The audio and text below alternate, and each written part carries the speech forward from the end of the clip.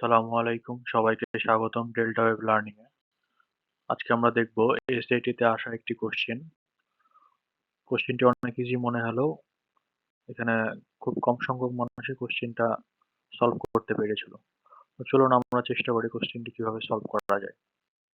তো সর্বপ্রথম আমরা যেটি করতে পারি, কোশ্চেনটি যদি একটু লেখার চেষ্টা করি, 3 to the power x plus 3 to the power x plus 3 to the power x equal 3 to the power 5।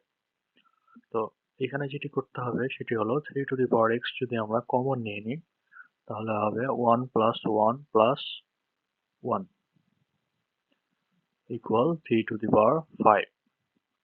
এখন 3 টু দি পাওয়ার x এই তিনটা যদি যোগ করি 1 তাহলে হবে 3 to the power 1 equal 3 to the power 5।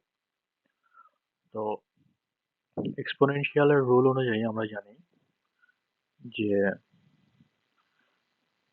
a to the power x plus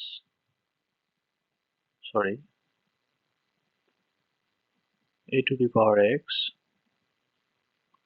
into a to the power y যদি হয় তাহলে বেস যদি একই হয় সেই সাপেক্ষে আমরা লিখতে পারি a to the power x plus y, মানে পাওয়ার গুলো যোগ হয়ে যাবে।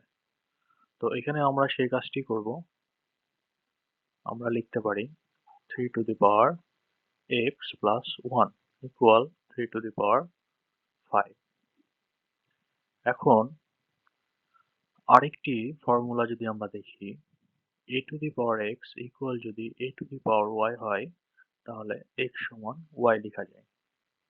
তাহলে এইখানেও যেহেতু এই দুইটি বেজ একই তাহলে আমরা লিখতে পারি পাওয়ার গুলো সমান হবে।